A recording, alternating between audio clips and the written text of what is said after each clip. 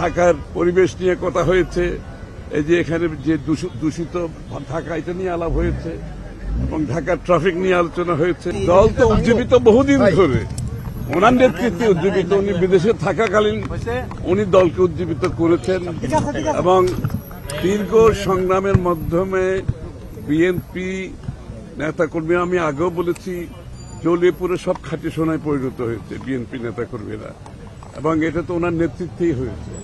এবং শেখ হাসিনার পতন, স্বৈরাচারের পতন ওনার নেতৃত্বে আমরা করতে সক্ষম হয়েছি।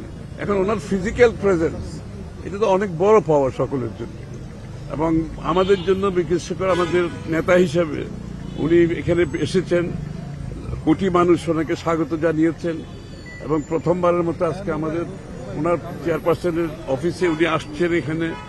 এটা তো অনেক বেশি আমাদের জন্য বড় পাওয়া এবং আনন্দের বিষয়, এবং আমাদের ফিলিং, অনুভূতিটা আপনারা বুঝতেই পারছেন। ওনাকে পেয়ে, চেয়ারম্যান, আমাদের অ্যাক্টিং চেয়ারম্যান সাহেবকে আমাদের অফিসে পেয়ে, এটা তো একটা ভিন্ন অনুভূতি।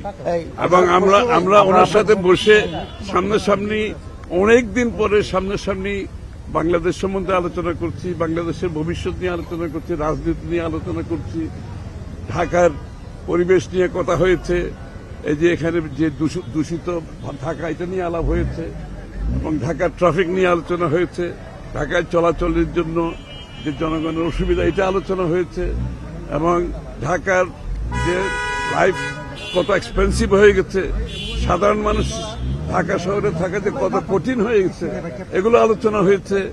এবং এগুলো নিয়ে আমরা আগামী দিনে কি করতে পারি, কি করা যায়, এটাও কিছু কিছু আলাপ হয়েছে। RICL TMX, যুগের পর যুগ স্থাপনা থাকে মজবুত।